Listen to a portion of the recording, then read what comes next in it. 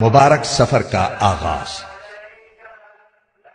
جب حرم شریف کی طرف یہ مبارک سفر شروع ہو جائے تو دوران سفر بکثرت تلبیہ پڑھتے رہیں، اور جب حرم شریف کی حدود شروع ہو تو یوں دعا کیجیے: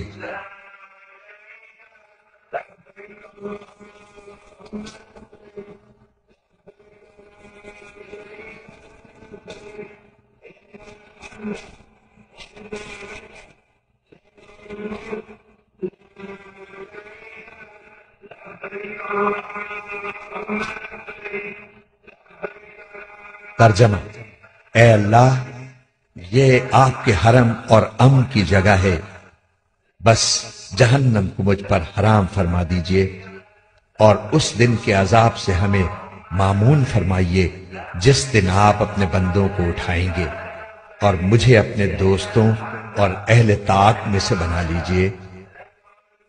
حرم شریف میں حاضری۔ ذوق و شوق سے تلبیہ پڑھتے ہوئے مکہ معظمہ میں داخل ہوں۔ گاڑی آپ کو معلم کے مکان پر پہنچا دے گی جو آپ کی رہائش کے لیے معین کیا گیا ہوگا۔ بہتر ہے کہ آپ سامان اپنے رہائشی مکان میں محفوظ کریں۔ ضرورت ہو تو آرام کر لیں، اور آرام کے بعد وضو کی حالت میں مسجد حرام جائیں۔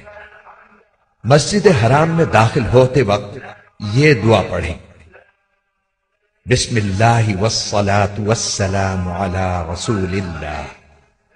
پھر پورے ادب کے ساتھ دایاں پاؤں اندر رکھیں اور یہ دعا کریں: رب اغفر لی ذنوبی وافتح لی ابواب رحمتک۔ مسجد میں داخل ہوتے وقت نفلی اعتکاف کی نیت کر لینا مستحب ہے۔ دوسروں کو ایذا پہنچانے سے اجتناب کرتے ہوئے آگے بڑھیں۔ جب بیت اللہ پر نظر پڑے تو راستے سے ہٹ کر ایک طرف کھڑے ہوں اور یہ اعمال کریں: نمبر 1، اللہ اکبر 3 مرتبہ کہیں۔ نمبر 2، لا الہ الا اللہ 3 مرتبہ کہیں۔ نمبر 3، دونوں ہاتھ دعا کے لیے اٹھائیں اور درود شریف پڑھ کر خوب دعائیں مانگیں۔ یہ دعا کی قبولیت کا خاص وقت ہے۔ دعا سے فارغ ہو کر آپ طواف کی تیاری کر لیجئے۔ وضو نہ ہو تو وضو کر لیں۔ استباء، اور چادر کو دائیں بغل سے نکال کر بائیں کندھے پر ڈالیں۔ اس طرح دایاں کندھا کھلا رہنے دیں۔ اس طرح کرنے کو استباء کہتے ہیں۔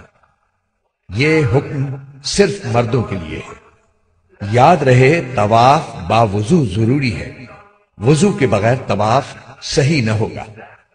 تلبیہ جو احرام سے شروع ہوا تھا وہ عمرے کا طواف شروع کرنے پر ختم ہو جاتا ہے۔ طواف کی نیت۔ اب خانہ کعبہ کے سامنے اس طرح کھڑے ہوں کہ پورا حجر اسود آپ کے دائیں طرف رہ جائے۔ اس کے لیے پہلے فرش پر سیاہ پٹی بنی ہوئی تھی جو اب ختم کر دی گئی ہے۔ اب حجر اسود کے سامنے اوپر کی طرف سبز لائٹ لگی ہے، اس سے مدد لی جا سکتی ہے۔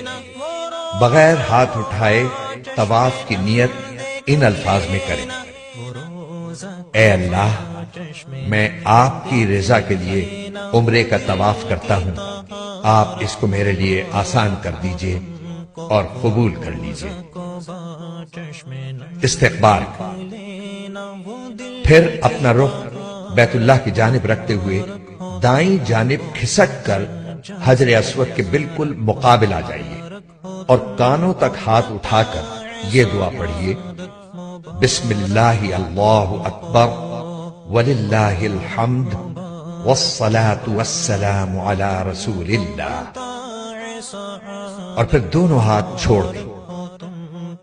استلام یا اشارہ استلام۔ پھر اگر کسی کو ایذا پہنچائے بغیر ممکن ہو تو حجر اسود کا استلام کیجیے۔ استلام کا مطلب یہ ہے کہ حجر اسود پر اپنی دونوں ہتھیلیاں اس طرح رکھیں جس طرح سجدے میں رکھی جاتی ہیں، اور ہاتھوں کے درمیان حجر اسود کو بوسہ دیجیے۔ اگر بوسہ دینا ممکن نہ ہو تو دور ہی سے ہاتھ اٹھا کر ان کا رخ حجر اسود کی طرف اور پشت اپنی جانب اس طور پر کیجیے کہ ہاتھ بالکل حجر اسود کے بالمقابل ہو۔ یہ استلام کا اشارہ ہے۔